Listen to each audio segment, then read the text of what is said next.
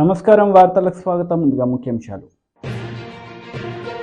తెలంగాణ పునర్నిర్మాణ సభలో ముఖ్యమంత్రి రేవంత్ రెడ్డి పలు అంశాలపై వివరణ.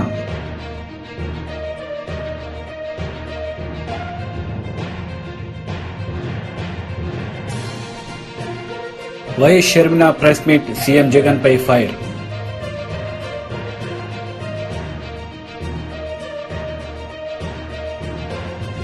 తెలంగాణ పునర్నిర్మాణ సభలో సీఎం రేవంత్ రెడ్డి పాల్గొన్నారు. ఈ సందర్భంగా ఆయన ప్రసంగించారు. 12 ఇస్తే మోడీకి అమ్మినావు, రెండోసారి 9 ఇస్తే తీసుకుపోయి మోడీకి అమ్మినావు. మారు బేరగాలు కాక ఈడ ఎంపీలు కొనాలి, ఈడ ఎంపీలు గెలవాలి, ఢిల్లీకి వెళ్ళి మోడీకి అమ్ముకోవాలి. దీనికోసమేనా నీ కేసేది? నేను ఇవాళ సూటిగా కేసీఆర్ని అడుగుతున్నా. ఈ దేశంలో ఉన్నాయి రెండే, ఒకటి ఎన్డీఏ కూటమి, రెండోది ఇండియా కూటమి. ఎన్డీఏ కూటమికి మోడీ ఉన్నాడు, ఇండియా కూటమికి మేమున్నాం. మా దాంట్లోకి రానీయము, మా నీడ కూడా తాకనీయం. ఆ ఇంటి మీద పిట్ట ఈ ఇంటి మీద కాలిస్తే కాల్చి అవతలేస్తాం. నువ్వు ఎట్లకెళ్ళి అవుతావా? మరి నేను అడుగుతున్నా, ఎట్లకెళ్ళి అవుతావు? ఒకటో రెండో ఏదైనా గెలిస్తే ఢిల్లీలో తాకట్టు పెట్టి మోడీ దగ్గర గులాంగిరి చేయిస్తాడు ఆయన. అందుకే మిత్రులారా, ఆలోచన చేయండి. ఇవాళ ఈ రాష్ట్రంలో, ఈ దేశంలో పేద ప్రజల ప్రభుత్వం ఏర్పడాలి అంటే 10 ఏళ్ళు ప్రధానమంత్రిగా ఉన్న నరేంద్ర మోడీ ప్రతి పేదవాడి ఖాతాలో 15 లక్షల రూపాయలు వేస్తా అన్నాడు. ప్రతి పేదవాడికి ఇల్లు కట్టిస్తా అన్నాడు. ప్రతి సంవత్సరం 2 కోట్ల ఉద్యోగాలు ఇస్తా అన్నాడు. రైతుల ఆదాయం 2 చేస్తా అన్నాడు. ఎవరి ఖాతాలన్న మోడీ 15 లక్షలు వేసిండా? మిత్రులారా, వేసిండా? మీకేమన్నా ఇల్లు కట్టించిండా? మీకు ఉద్యోగాలు ఇచ్చిండా? మన ప్రాంతానికి ఎప్పుడన్నా వచ్చిండా? పోనీ మీ ప్రాంతంలో ఆదివాసీ బిడ్డ స్వయం బాబురావుని ఎంపీ గెలిపించిండు, మంత్రి పదవిని ఇచ్చిండా? మరి ఏమి ఇయ్యనప్పుడు ఈ ప్రాంతంలో మోడీకి ఓటెందుకు వేయాలని నేను అడుగుతున్నా. మీరు ఆలోచన చేయండి. ఇవాళ మతం పేరు మీద ఒకడు, మద్యం పేరు మీద ఇంకొకడు రేపు ఎన్నికల్లో ఓట్లు అడగడానికి వస్తారు. ఇవాళ మతం ఒక రకం మత్తు అయితే మద్యం ఇంకొక రకం మత్తు. మోడీ కేడీ ఇద్దరు ఒక్కటయ్యి కాంగ్రెస్ను అడ్డుకోవాలని చూస్తున్నారు. అందుకే మిత్రులారా, ఆదిలాబాద్ను దత్తత తీసుకున్న బాధ్యత మాది, మా ప్రభుత్వంది. మీకు యూనివర్సిటీ ఇచ్చే బాధ్యత మాది, మా ప్రభుత్వంది. మీకు తప్పకుండా తుమ్మిడేత్తు ప్రాజెక్టును కట్టే బాధ్యత మాది, మా ప్రభుత్వంది. తప్పకుండా సదర్మాట్ పూర్తి చేసే బాధ్యత మాది, మా ప్రభుత్వంది.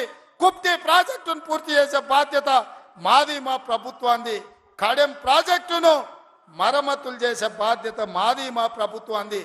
తండాలలో, గూడాలలో, మారుమూల పల్లెల్లో ప్రతి తండాకు గూడానికి రోడ్లు వేసే బాధ్యత మాది. తాగునీళ్ళు ఇచ్చే బాధ్యత మాది. పేదోళ్ళ పిల్లలకు చదువుకోవడానికి పాఠశాలలు ఏర్పాటు చేసే బాధ్యత మాది. ఈ రాష్ట్రంలో 2 లక్షల ఉద్యోగాలు నింపే బాధ్యత మాది. 2,07,000 నింపినాం. ఇంకా 1,93,000 ఉద్యోగాలల్లా 15 రోజుల్లో 15,000 కానిస్టేబుల్ ఉద్యోగాలు నింపుతాం. ఇవన్నీ చేసే బాధ్యత మాది. అందుకే మిత్రులారా, ఏ ఆదిలాబాద్, ఏ ఇంద్రవెల్లి సాక్షిగా ఆగస్టు 9, 2021 నాడు దళిత గిరిజన దండోర పేరు మీద ఎన్నికల సమర శంఖాన్ని పూరించినమో, మీ ఆశీర్వాదం తీసుకొని గుండెల నిండా మీరు ఇచ్చిన ధైర్యాన్ని నింపుకొని తెలంగాణ మూలల నేను మా మిత్రులందరూ కలిసి సమన్వయం చేసుకొని ఇవాళ ఇందిరమ్మ రాజ్యం తెచ్చినాం. అదేవిధంగా ఇవాళ మళ్ళీ రాబోయే లోక్సభ ఎన్నికల్లో ఈ దేశానికి రాహుల్ గాంధీ గారు ప్రధానమంత్రిగా చెయ్యాలి అంటే కన్యాకుమారి నుంచి కశ్మీర్ వరకు 150 రోజులు 4,000 కిలోమీటర్లు మండు టెండల్లో, మంచు కొండల్లో నిర్విరామంగా పాదయాత్ర చేసిండు. ఇవాళ మణిపూర్ నుంచి మహారాష్ట్ర వరకు యాత్ర చేస్తున్నాడు. అలాంటి త్యాగం చేసే నాయకుడు, వాళ్ళ నాయనమ్మ ఈ దేశం కోసం ప్రాణం ఇచ్చింది, వాళ్ళ నాయన ఈ దేశం కోసం ప్రాణాలు ఇచ్చాడు, వాళ్ళ అమ్మ ఈ దేశం కోసం పదవి త్యాగం చేసింది. అలాంటి గొప్ప నాయకుడు ఇందిరమ్మ మనవడు ఈ దేశానికి ప్రధానమంత్రి కావాలి. రాహుల్ గాంధీ ప్రధానమంత్రి కావాలి అంటే ఆదిలాబాదు గడ్డ మీద కాంగ్రెస్ జెండా ఎగరాలి. మీరందరు సిద్ధం కదా? ఇవాళ ఈ వేదిక మీద నుంచి సూటిగా టిఆర్ఎస్ నాయకులకు నేను చెప్పదలుచుకున్న తెలంగాణ ప్రజలు 10 సంవత్సరాల మీ దుర్గమార్గమైన పాలనను ఈ తెలంగాణ రాష్ట్రాన్ని చెరుకు తోటల్లో అడవి పందులు ఏ విధంగా అయితే విధ్వంసం చేస్తాయో ఈ తెలంగాణ రాష్ట్రం మీద మీరు మీ కుటుంబ సభ్యులు మీ పార్టీలు పడి దోసుక తిని కొల్లగొట్టి విధ్వంసం చేసి ఈ తెలంగాణ రాష్ట్రాన్ని విధ్వంస రాష్ట్రంగా మాకు అప్పజెప్పినారు. 7 లక్షల కోట్ల రూపాయల అప్పులు తెచ్చిండ్రు. మరి 7 లక్షల కోట్ల రూపాయల అప్పులు తెచ్చిన మీరు ఆనాడు మేము కట్టిన కడెం ప్రాజెక్టు కూలిపోతుంటే మరమ్మతులు చేసిండ్రా? ఈ ప్రాంతంలో సదర్మాటు ప్రాజెక్టు కట్టాలి అని అంటే సదర్మాటుకి వైఎస్ షర్మిలారెడ్డి ప్రెస్ మీట్ నిర్వహించారు. ఈ సందర్భంగా ఇరు పార్టీలపై ఆమె మండిపడ్డారు. Standards, decentralized administration and restructuring of existing 13 revenue districts into 25 districts.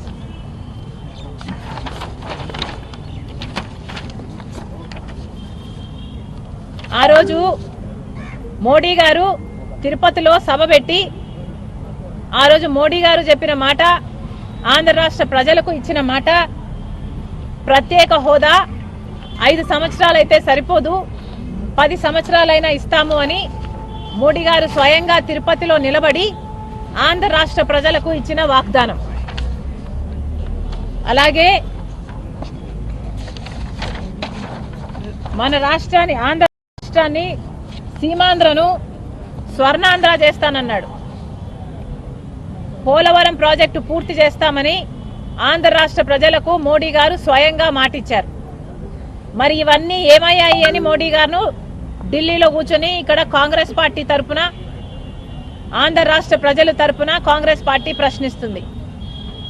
Modi గారు మీ అంతకు మీరే వచ్చి మా రాష్ట్రానికి 10 సంవత్సరాలు ప్రత్యేక హోదా ఇస్తామన్నారు, పోలవరం ప్రాజెక్టు పూర్తి చేస్తామన్నారు, విభజన హామీలో ఏపీ రీఆర్గనైజేషన్ యాక్ట్ ప్రకారము అదొక చట్టం, ఆ చట్టం ప్రకారం ఆంధ్ర రాష్ట్రాలకి, ఆంధ్ర ప్రజలకు ఉన్న మీరు చట్టసభల్లో కల్పించిన హక్కు ప్రత్యేక హోదా. ప్రత్యేక హోదాయే కాదు, పోలవరం ప్రాజెక్టు పూర్తి చేస్తామన్నారు, రాజధాని ఒక క్యాపిటల్ సిటీ కడతామన్నారు, 10 సంవత్సరాలకు హైదరాబాద్ రాజధాని కామన్ క్యాపిటల్ గా ఉంటుంది అన్నారు, 10 సంవత్సరాలకు అది సీజ్ అవుతుందన్నారు. ఈ లోపల ఒక కొత్త క్యాపిటల్ కడతామని ఆ రోజు యాక్ట్ లో పేర్కొన్నారు. 10 సంవత్సరాలు అయ్యేపోయింది, ఇప్పటికీ హైదరాబాదు కామన్ క్యాపిటల్ కాదు, అది అయిపోయింది. కానీ ఆంధ్రులకు చూస్తే కనీసం ఒక సిటీ ఉందా, మాకు ఇది క్యాపిటల్ అని చెప్పుకోవడానికి ఏదైనా ఉందా అంటే అది కూడా లేకుండా పోయింది. అంతేకాదు కడపలో స్టీల్ ఫ్యాక్టరీ నియమిస్తామన్నది చట్టం చేశారు. అంతేకాదు వైజాగ్ లో రైల్వే జోన్ నిర్మిస్తామని చెప్పారు, దుగ్గిరాజపట్నానికి పోర్ట్ నిర్మిస్తామని చెప్పారు, special economic package for north Andhra and Rayalaseema అని చెప్పారు, Vizag to Chennai industrial corridor అని చెప్పారు. ఇవన్నీ యాక్ట్ లో పేర్కొన్న అంశాలు. అంటే ఇవన్నీ చట్టంలో పేర్కొన్న అంశాలు, ఆంధ్ర రాష్ట్రానికి, ఆంధ్ర ప్రజలకు చేయాల్సిన అంశాలు. భారతదేశము ఒక చట్టం చేసి పార్లమెంటులో, క్యాబినెట్లో అది పాస్ చేసి ఇది చట్టం చేసిన విషయం. కానీ ఈరోజు అధికారంలో బీజేపీ పార్టీ ఉంది. బీజేపీ పార్టీకి ఇన్ని వాగ్దానాలు ఇచ్చి కూడా ఎలక్షన్లప్పుడు మా దగ్గరకు వచ్చి మా ఓట్ల కోసం మీరు పెట్టిన మీటింగ్లలో దంచి చెప్పారు. ఇవేవి నిలబెట్టుకోకపోగా ఆంధ్ర రాష్ట్ర ప్రజలకు ఈరోజు ద్రోహం చేస్తూ ఆఖరికి విశాఖ స్టీలుని కూడా ప్రైవేటైజ్ చేసే ప్రమాదం ఉంది అంటే, అంత భయాందోళన మీరు కలిగిస్తున్నారు అంటే ఇంకా మీరు నాయకులు ఎలా అవుతారు, అసలు మీది పరిపాలన ఎలా అవుతుంది అని ఆంధ్ర రాష్ట్ర ప్రజలు అడుగుతున్నారు. గుర్తుపెట్టుకోవాల్సిన విషయం ఏమిటంటే, ఆంధ్ర రాష్ట్ర ప్రజలు ఒక్క సీటు కూడా బీజేపీ పార్టీకి ఇవ్వలేదు, ఒక ఎమ్మెల్యే కూడా బీజేపీ పార్టీకి ఇవ్వలేదు, ఒక ఎంపీ కూడా బీజేపీ పార్టీకి ఇవ్వలేదు.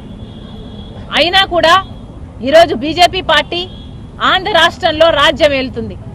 ఎందుకంటే ఇంతకు ముందున్న ముఖ్యమంత్రి చంద్రబాబు గారైనా ఇప్పుడున్న ముఖ్యమంత్రి జగన్మోహన్ రెడ్డి గారైనా బీజేపీ పార్టీకి పూర్తిగా గులాంగిరి చేస్తున్నారు కాబట్టి మొత్తం ఆంధ్ర రాష్ట్రాన్ని మోడీకి బానిసలుగా చేసే ప్రయత్నం చేస్తున్నారు.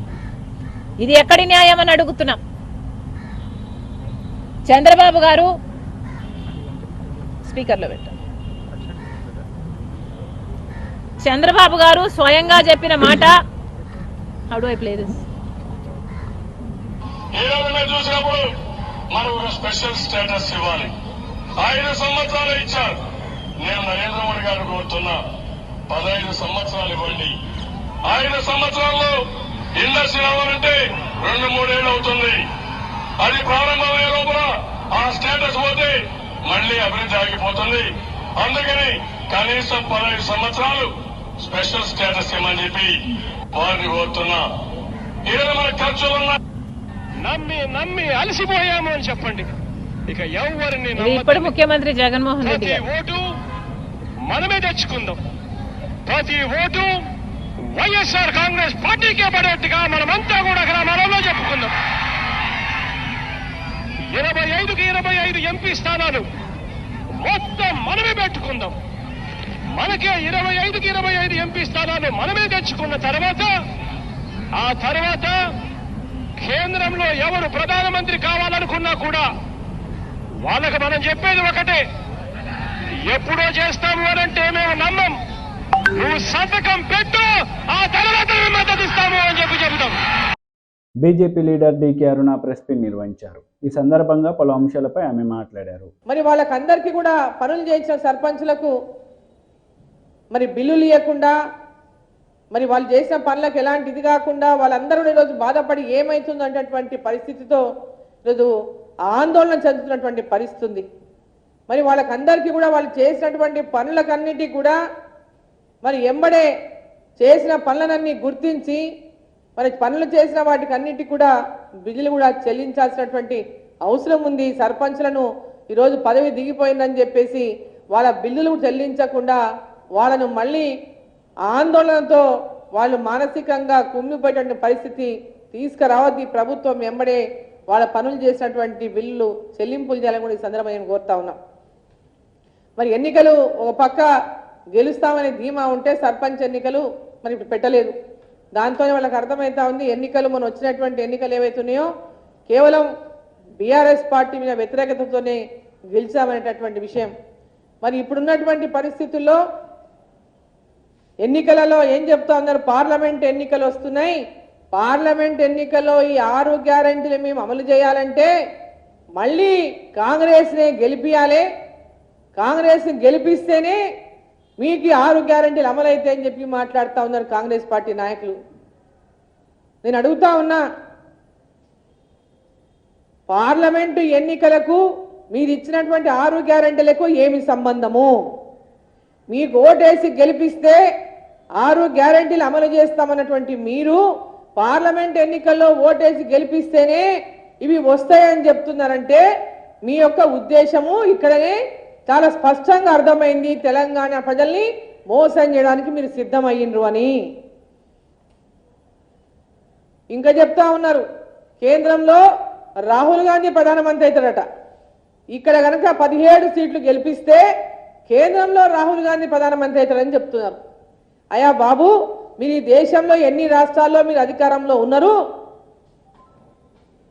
మీకు వచ్చే 17 సీట్లతో ఈ కేంద్రంలో మీరు అధికారంలోకి వస్తారా అని చెప్పి అందరూ రాహుల్ గాంధీ గారు ప్రధానమంత్రి క్యాండిడేట్గా మీరు అనౌన్స్ చేస్తారా అని చెప్పి నేను ఫస్ట్ అడుగుతా ఉన్నా.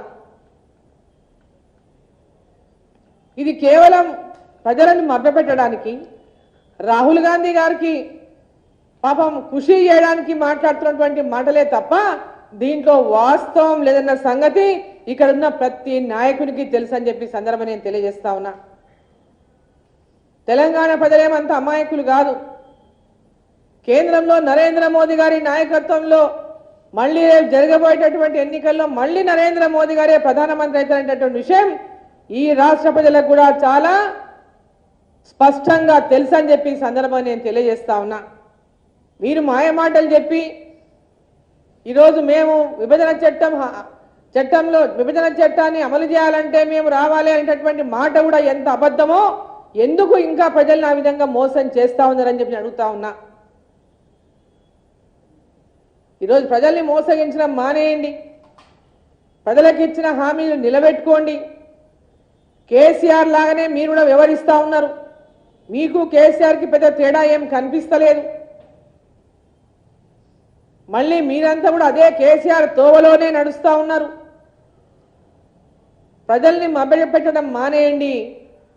తెలంగాణలో పార్లమెంటు స్థానాలు అత్యధికంగా గెలిస్తేనే తెలంగాణలో అభివృద్ధి సాధ్యమవుతుంది. భారతీయ జనతా పార్టీని ప్రజలు గెలిపిస్తామనేటటువంటి ఒక ఆలోచనతో ఇవాళ తెలంగాణ ప్రజలు ఉన్నారు. తెలంగాణలో పార్లమెంటు సీట్లు పెద్ద ఎత్తున గెలిస్తేనే మా ప్రాంతం అభివృద్ధి అవుతుందని ఈరోజు తెలంగాణ ప్రజలు ఆలోచిస్తా ఉన్నారు. ఈరోజు మీరే స్పష్టంగా చెప్తున్నారు, తెలంగాణలో అన్ని అప్పుల పాలు చేసిండు, ఏమీ లేదు, ఖజానా ఖాళీ అని. నరేంద్ర మోదీ గారి దగ్గరికి వెళ్ళి రాష్ట్ర ప్రభుత్వానికి సహకారం చేయాలని చెప్పి కోరి వచ్చినారు. వీటికి వచ్చినాక మళ్ళీ ప్లేట్ తిప్పి ఏది పడితే అది మాట్లాడుతున్నారు. ఒక గౌరవాన్ని ప్రధానమంత్రికి గౌరవించడం నేర్చుకోండి. ఇంతకుముందు మీరు చెప్పిండు కేసీఆర్కి, మీరు కూడా ప్రధానమంత్రిని గౌరవించడం నేర్చుకోండి. ఈ రాష్ట్ర అభివృద్ధి కోసం రేపు వచ్చేది భారతీయ జనతా పార్టీ కేంద్రంలో ఎన్డీఏ ప్రభుత్వమే. తెలంగాణలో అభివృద్ధి జరగాలన్నా, ప్రజలకు అన్ని రకాలుగా అభివృద్ధి అన్ని రంగాల్లో కావాలన్నా ఖచ్చితంగా కేంద్ర ప్రభుత్వం సహాయం ఇక్కడ అందాల్సిందే. ఇంకా పెద్ద ఎత్తున ఈ రాష్ట్రానికి సహాయం కేంద్ర ప్రభుత్వం నుంచి అందాలంటే ఇక్కడ పెద్ద ఎత్తున పార్లమెంటు స్థానాలకు భారతీయ జనతా పార్టీ నుంచి ఎంపీలను గెలిపించాల్సినటువంటి అవసరం ఉందని చెప్పి ఈ సందర్భంగా నేను తెలియజేస్తూ, మరి రాబోయే ఎన్నికల్లో భారతీయ జనతా పార్టీ అత్యధిక స్థానాలను మేడ్చల్లో ఎమ్మెల్యే మల్లారెడ్డి విజయోత్సవ సభలు నిర్వహించారు. ఈ సభలో మాజీ మంత్రి కేటీఆర్ ముఖ్య అతిథిగా హాజరయ్యారు. ఈ సందర్భంగా ఎమ్మెల్యే మల్లారెడ్డి కేటీఆర్ ప్రసంగించారు. మనకంటే కూడా 10 ఏళ్ల ముందు వాళ్ళే ఉన్నాడు. ఇక్కడ ఒక్క కరెంట్ ఇయ్యలేదు, నీళ్లు ఇయ్యలేదు, ఒక 200 పింఛనిత్తురు. వాళ్ళంతా ఏమి ఇయ్యకపోదు, మోసం చేస్తురు, మోసం మాటలు మాట్లాడతారు, దగా మాటలు మాట్లాడతారు, మోసపూరిత మాటలు మాట్లాడొచ్చారు. ఇప్పుడు వాళ్ళు ప్రభుత్వంలో 6 గ్యారంటీలు అంటారు, 440 గ్యారంటీలు తయారు చేసిండ్రు. కానీ 1-2 ఇస్తున్నారు, దాంట్లో కూడా కొట్లాట పెడుతున్నారు. వాళ్ళు ఇయ్యరు, వాళ్ళు ఇచ్చే మనసు లేదు. మొన్న మన సీఎం రేవంత్ రెడ్డి అంటాడు, మాకు కాంగ్రెస్ కు ఓటేసి కేంద్రంలో మేము వస్తే ఈ 6 గ్యారంటీలు చేస్తామంటాడు. ఎంత దరిద్రమయా, ఎన్ని అబద్ధాలు, ఇంత అబద్ధాల ప్రజలను ఇంత మోసం చేస్తారా? కానీ ప్రజలంతా గుర్తుపట్టుకుంటున్నారు. ప్రజలలో డిస్కషన్ వచ్చింది, కాంగ్రెస్ మోసం పోయింది, మనల్ని మోసం చేసింది. ప్రజలు కాంగ్రెస్ అబద్ధాలు చెప్పింది, కాంగ్రెస్ అంతా మాయమాటలు చెప్పింది. మనం ఇక కాంగ్రెస్ ను నమ్మొద్దని 50 రోజులలోనే ప్రజలకు అంత అర్థమైపోయింది. ఊర్లో చర్చ, హోటల్ చర్చ, ప్రతి గ్రామంలో చర్చ. అయ్యో మన కేసీఆర్ రాలేదు, అయ్యో మనం మోసపోయినాం, అయ్యో మనం ఓడిపోతాం అనుకోలేదు అని చెప్పి చర్చలు మొత్తం మొదలైపోయినాయి. కాబట్టి ఇప్పటి సంధి గట్టిగా ఉన్నారు. పెద్దగా వాళ్ళు ఏమి ఉరగబెట్టేది ఏం లేదు. వాళ్ళ మీదనే ఆల్రెడీ వాళ్ళ కేంద్ర ప్రభుత్వంలో కూడా జోడో యాత్ర చేస్తే రాహుల్ గాంధీ అంత చోడో యాత్రలు అయిపోయింది. మమతా బెనర్జీ వెళ్ళిపోయింది, వాళ్ళ ఇండియాల కూటమిలోకి వెళ్ళి ఆప్ వెళ్ళిపోయారు, పంజాబ్ వెళ్ళిపోయారు, నితీష్ బీఆర్ ఆయన వెళ్ళిపోయాడు. ఆడ ఎవ్వరు మిగలలే, ఒక్కడే మిగిలిండు రాహుల్ గాంధీ. ఆయన ఎవ్వడు వస్తలేడు. ఇండియా కూటమి లేదు, పీఠమి లేదు. అంతా వాళ్ళు మనని కేసీఆర్ ను ఇన్ని అభివృద్ధులు చేస్తే 9 పోయింది, జనవరి 9 పోయింది, ఇంకో వారం అయితే ఫిబ్రవరి 9 వస్తుంది. ఇప్పటి వరకు అతి లేదు, గతి లేదు. రైతు రుణమాఫీ ఆడబిడ్డలకు చెప్పిండు, ఏమన్నాడు? మహాలక్ష్మి అనే పథకం తెస్తా, 2500 రూపాయలు ఇస్తా నెలకు కోడళ్లకు, అత్తలకేమో 4000, కోడళ్లకు 2500 రూపాయలు ఇస్తా అని చెప్పిండా లేదా? మరి ఇప్పటి వరకు చాలా అయిందా? 100 రోజులు అన్నారు, 100 రోజులు కూడా చూద్దాం, తొందర ఏం లేదు. మార్చి 17కు 100 రోజులు నిండుతుంది. రాష్ట్రంలోని 1,57,00,000 మంది ఆడబిడ్డలు ఎదురు చూస్తాండ్రు. 18 ఏళ్లు నిండిన ఆడబిడ్డలు 1,57,00,000 మంది ఓటర్ లిస్ట్ లో నమోదు చేయించుకున్న వాళ్ళు ఉన్నారు. వాళ్ళందరూ ఎదురు చూస్తున్నారు, మా ఖాతాల్లో నెలకు 2,500 వేస్తాడా లేదా మళ్ళేమైనా కథలు పెట్టి కటింగ్లు పెడతాడా అని చెప్పి ఆడబిడ్డలు కూడా ఎదురు చూస్తా ఉన్నారు. అదే విధంగా ఫ్రీ 500 రూపాయలకు సిలిండర్ అన్నారు. ఇంకా చాలా మాటలు చెప్పిన, 1-2 కాదు. రైతులకైతే బోనస్, క్వింటల్ కు 500 బోనస్ అన్నారు. రైతు కూలీలకు 12,000 అన్నారు. ఇవాళ ఏం పరిస్థితి వచ్చిందో 50-60 రోజుల్లోనే మీరే చూస్తా ఉన్నారు. ఫ్రీ బస్ అని పెట్టిండ్రు. మరి ఆ ఫ్రీ బస్సులో ఇవాళ పరిస్థితులు ఎట్లున్నాయో వీడియోలు తిరుగుతున్నాయి, సోషల్ మీడియాలో మీరే చూస్తున్నారు. ఆడబిడ్డలు ఒకరినొకరు కొట్టుకుంటున్నారు. ఆ బస్సు డ్రైవర్ ఎక్కే సీట్లకే ఎక్కుతున్నారు, కండక్టర్లు ఎక్కే దానికే ఎక్కుతున్నారు, కిటికీలకే లోపల దుక్కుతున్నారు. ఒకళ్ళ జుట్లు ఒకళ్ళు పట్టుకొని కొట్టే పరిస్థితి వచ్చినది, చెప్పులతో కొట్టుకుంటున్నారు. అంటే బాధ ఏంటంటే ఒక దిక్కేమో మగోళ్ళు టికెట్లు పెట్టి కొనుక్కున్న మగోళ్ళేమో వాళ్ళు నిలబడతారు, ఇటు ఆడబిడ్డలేమో సీట్లు దొరకక వీళ్ళు కొట్లాడతారు. అక్కడ ఆటో వాళ్ళేమో 6.5 లక్షల మంది ఆటో డ్రైవర్లు కడుపు గాలి. ఆఖరికి నిన్న ఒక ఆయన ఆటో కూడా తీసుకుపోయి ముఖ్యమంత్రి గారు, డిప్యూటీ సీఎం గారి ఇంటి దగ్గర తీసుకుపోయి అక్కడ వాళ్ళ ఇంటి ముంగటనే కాల్ చేసిన పరిస్థితి వచ్చింది. 50-60 రోజుల్లోనే ఇలా ఇంత వ్యతిరేకత ఈ ప్రభుత్వం మీద మూట కట్టుకొని ఈ ప్రభుత్వానికి బుద్ధి చెప్పడానికి ప్రజలు సిద్ధంగా ఉన్నారు. ఒకటి మాత్రం వాస్తవం, వీళ్ళు ఇచ్చిన 420 హామీలు, వాళ్ళు ఇచ్చిన 6 గ్యారంటీలు కాదు. చాలా మంది తమ్ముళ్ళు తెలియక మాట్లాడుతున్నారు 6 గ్యారంటీలు. 6 గ్యారంటీలేమో 100 రోజులలో అమలు చేస్తామన్నారు. ఒక 420 హామీలు, యూత్ డిక్లరేషన్ అని, ఎస్సీ డిక్లరేషన్ అని, ఎస్టీ డిక్లరేషన్ అని, మైనారిటీ డిక్లరేషన్ అని, రైతు డిక్లరేషన్ అని, మహిళా డిక్లరేషన్ అని చెప్పి విడుదల చేసి 420 420 హామీలు ఇచ్చి ఇవాళ రేవంత్ రెడ్డి అక్కడ గద్దెనెక్కి ముఖ్యమంత్రి అయింది. ముఖ్యమంత్రి అయిన తర్వాత ప్రజలకు పనికొచ్చే పనులు చేయకపోగా పనికి మాల మాటలు మాట్లాడుతూ ఉన్నాడు. ఆయన అంటాడు కేసీఆర్ ను, బీఆర్ఎస్ ను 100 మీటర్ల లోపల బొంద పెడతా, పాతి పెడతా అని మాట్లాడుతున్నాడు. ఆయన తిప్పి కొడితే 3 ఫీట్లు లేడు. ఆయన అంటే 100 మీటర్ల లోపల మనం పాతి పెడతాడంట. దయచేసి నేను మీ అందరికి చేసే విజ్ఞప్తి ఒకటే, ఇట్లాంటి వాళ్ళని మస్తుగా చూసినాం ఇదివరకు కూడా. ఈ గులాబీ జెండా లేకుండా చేస్తా, తెలంగాణ ఎక్కడిది, అట్లా ఇట్లా అడ్డం పొడుగు మాట్లాడిన వాళ్ళు ఈయనకంటే పెద్ద పెద్ద తీస్మార్ ఖాన్లు ఉండే ఇదివరకు. 2001 నుంచి 2014 దాకా వాళ్ళతోనే కొట్లాడినాం. అట్లాంటి తీస్మార్ ఖాన్లనే ఇలా మాయం చేసి తెలంగాణ తెచ్చిన కేసీఆర్ కు ఈ బుడ్ర ఖాను పెద్ద లెక్క కాదు అనే మాట కూడా నేను మీకు విజ్ఞప్తి చేస్తా ఉన్నా. టీడీపీ పోలిట్ బ్యూరో సభ్యులు వర్ల రామయ్య మీడియా సమావేశం నిర్వహించారు. ఈ సందర్భంగా సీఎం జగన్ పై ఆయన మండిపడ్డారు. కూడా సమాధానం చెప్పరు. ఆయన సమాధానం చెప్పకుండా మౌనంగా ఉంటారు. ఆయన మౌనంగా ఉంటే ఆ ప్రశ్నలు అర్ధాంగీకారమా, ఆయన ఒప్పుకున్నట్ట, లేకుంటే ఆయన దగ్గర సమాధానం లేనట్ట? అడ్డు పెట్టుకొని కొట్టేశారు అన్నారండి CBI. That is on record. 11 charge షీట్లు కూడా సిబిఐ కోర్టులో వేశారు. సిబిఐ కోర్టు పరిగణలోకి తీసుకుంది. అన్నిటికీ కూడా క్యాలెండర్ నంబర్ ఇచ్చారు. విచారణ జరగబోయే సమయంలో, ఇది ఎప్పుడు 10 ఏళ్ల క్రితం, 31/3/2012 31/3/2012 ఛార్జ్ షీట్లు వేయటం మొదలుపెట్టారు. అంటే 10 సంవత్సరాలు 11 సంవత్సరాలు అయింది. జగన్మోహన్ రెడ్డి గారి మీద ఛార్జ్ షీట్లు వేసి 11 సంవత్సరాలు అయింది. ఆయన మీద కేసుల విచారణ ఎందుకో ఆగిపోయింది. ఎందుకు ఆగిపోయింది అనేది ఇప్పుడు సుప్రీంకోర్టులో విచారణ జరుగుతుంది. అందులోకి నేను వెళ్ళను, సబ్ జుడిస్ అవుతుంది కనుక. న్యాయశాస్త్రం గురించి కాస్త కూస్తే నాకు తెలుసు కనుక ఎందుకు ఆయన కేసుల విచారణ 11 సంవత్సరాలుగా అట్లా ఆగిపోయింది? Who stayed this? Is it a legal stay or illegal stay? ఇదంతా కూడా సుప్రీంకోర్టులో ఆ కేసులో తెలుస్తారు కనుక అందులోకి నేను వెళ్ళను.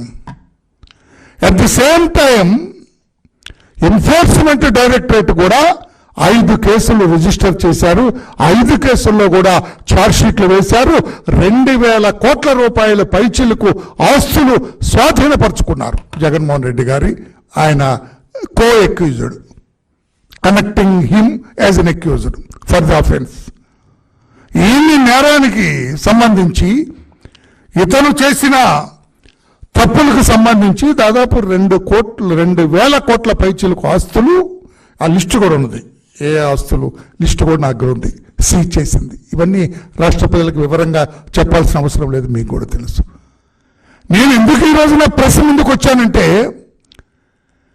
8 ఎకరాల పొలం బిట్లుగా 10 సెంట్లు 15 సెంట్లు చేస్తే టోటల్ చేస్తే 8 ఎకరాల పొలం అన్యాయక్రాంతం చేశాడని జార్ఖండ్ సీఎం హేమంత్ సోరెన్ గారిని నిన్న ఎన్ఫోర్స్మెంట్ డైరెక్టరేట్ అరెస్ట్ చేశారు. అతను ముఖ్యమంత్రిగా ఉండగా, ముఖ్యమంత్రి పదవిలో ఉండగా అరెస్ట్ చేశారు. అప్పుడప్పుడు అతనితో రాజీనామా చేయించారు, సెంట్రల్ జైలుకి పంపించారు. I appreciate the action of enforcement directorate, excellent action. నేరం చేసిన వాడు ఎంతటి వాడైనా, ఏ స్థాయిలో ఉన్నా మన ఎన్ఫోర్స్మెంట్ డైరెక్టరేట్ ఏమీ కూడా వదలట్లేదు, గట్టిగా యాక్షన్ తీసుకుంటున్నారు. We appreciate dum. At the same time మా ముఖ్యమంత్రి గారి వైపు కూడా ఒకసారి చూడండి అని ఎన్ఫోర్స్మెంట్ డైరెక్టరేట్ని కోరుతూ ఉన్నాను నేను. ఇక్కడ జగన్మోహన్ రెడ్డి గారు అని ఒక ఆయన ఉన్నారు, ఆంధ్రప్రదేశ్ రాష్ట్ర. వార్తలు ముగించే ముందు ముఖ్యాంశాలు మరోసారి. తెలంగాణ పునర్నిర్మాణ సభలో ముఖ్యమంత్రి రేవంత్ రెడ్డి పలు అంశాలపై వివరణ.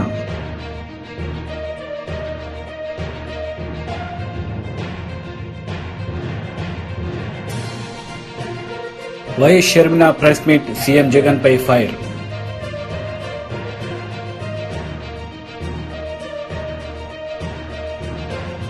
ఈ వార్తలు ఇంతటితో సమాప్తం. తిరిగి ప్రసారమయ్యే వార్తలు మళ్ళీ కలుద్దాం. అంతవరకు సెలవు. నమస్తే.